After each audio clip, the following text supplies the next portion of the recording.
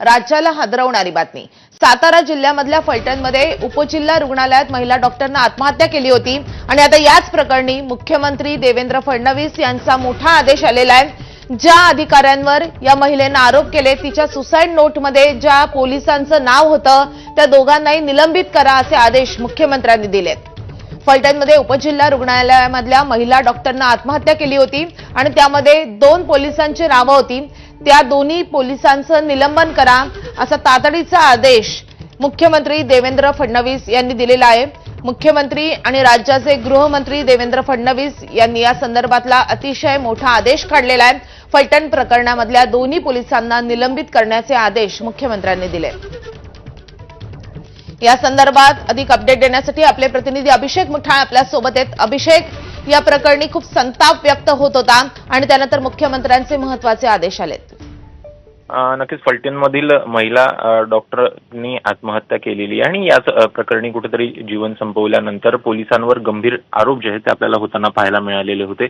एकूणच हातावर हे संपूर्ण प्रकरण या महिलेचं लिहिलेलं आपल्याला पाहायला मिळत आहे आणि याच प्रकरणी संपूर्ण माहिती ही मुख्यमंत्री देवेंद्र फडणवीस यांनी सातारा एसपींकडून घेतल्याचं सांगितलं जात आहे। सोबतच या संदर्भात जे संबंधित पोलीस आहेत त्यांना तात्काळ निलंबित करण्याचे आदेश देखील मुख्यमंत्र्यांनी सातारा एसपींना दिलेले आहेत। सोबतच आरोपींवर कठोरात कठोर कारवाई करण्याचे देखील निर्देश देण्यात आले आहेत।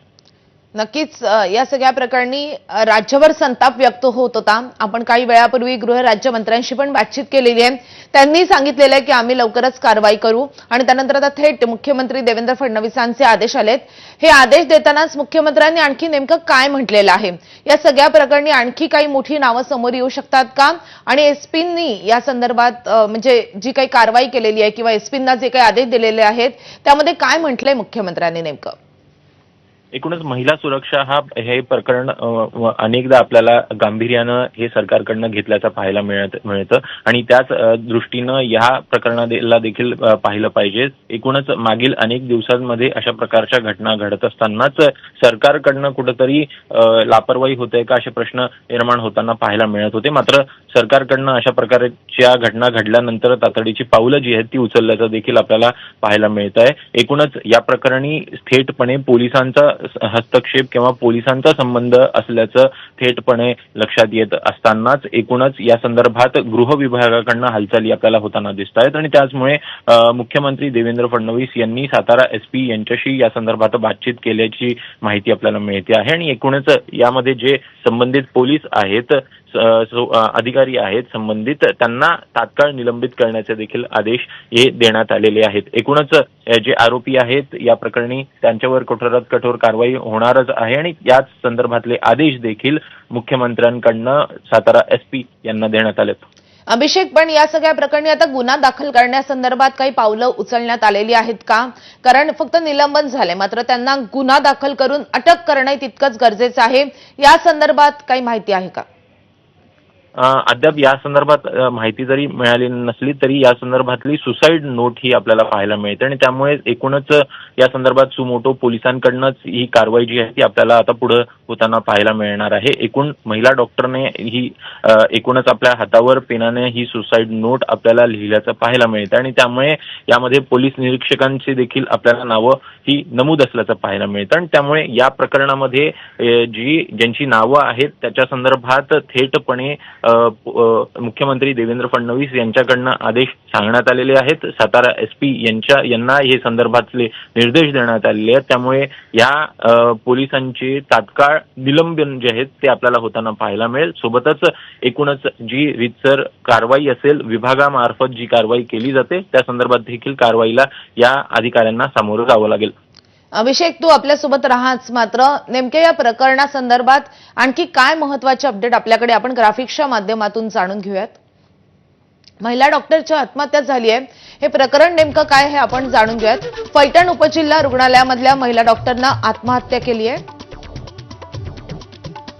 डॉक्टरच्या हातावर धक्कादायक अशी सुसाईड नोट आढळली आहे। सुसाईड नोटमध्ये पोलीस निरीक्षकानं 4 वेळा बलात्कार केल्याचं नमूद करण्यात आलंय। पोलीस निरीक्षक गोपाल बदनेनं 4 वेळा बलात्कार केला असं या सुसाईड नोटमध्ये नमूद आहे।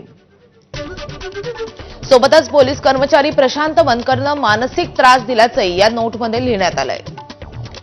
शवविच्छेदन अहवाल बदलण्यासाठी दबाव टाकण्यात येत होता असा आरोप या पीडितेच्या नातेवाईकांनी केलाय.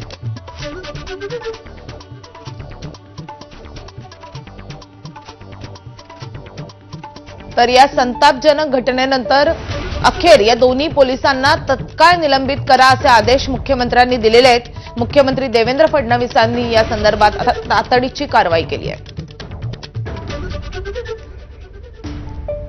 तर पोस्टमॉर्टम रिपोर्ट बदलून देण्याचा दबाव होता असा आरोप आत्महत्या करणाऱ्या महिला डॉक्टरच्या काकांनी केलाय. या दबावाची त्यांना कल्पना होती, पण या दबावाला कंटाळून आत्महत्येचाही इशारा महिला डॉक्टरनं दिलेला होता, तरीही कारवाई झाली नाही असा आरोप आत्महत्याग्रस्त डॉक्टरच्या काकांनी केलाय. तिनं मधून असं सांगायचे आम्हाला की मला पोस्टमार्टम करताना रिपोर्ट बदलून द्या वगैरे असा त्रास होतो अधिकाऱ्यांचा, आणि मला जर तसा त्रास झाला तर मी सुसाईड करीन असं ती सांगायची अधूनमधून आम्हाला. त्याच्या अगोदर त्यांनी लेखी तक्रार दिली, ती लेखी तक्रार दिली होती DYSP कडे. त्याचं आणखी तिला उत्तर आलेलं नाही. ते पोस्टमार्टम करत असताना म्हणजे तिला जो त्रास व्हायचा तो त्रास ते वेगवेगळ्या स्तरातून तिला त्रास व्हायचा आणि रिपोर्ट बदलून द्या असं सांगायचे सारखे. तिला ते सहन होत नव्हतं म्हणून तिनं सुसाईड करण्याची बाकीच्या लोकांबरोबर पण सांगत होती की मला असा त्रास व्हायला लागला तर सुसाईड करील. बाकी आम्हाला त्याच्यातलं पुढचं काही माहीत नाही.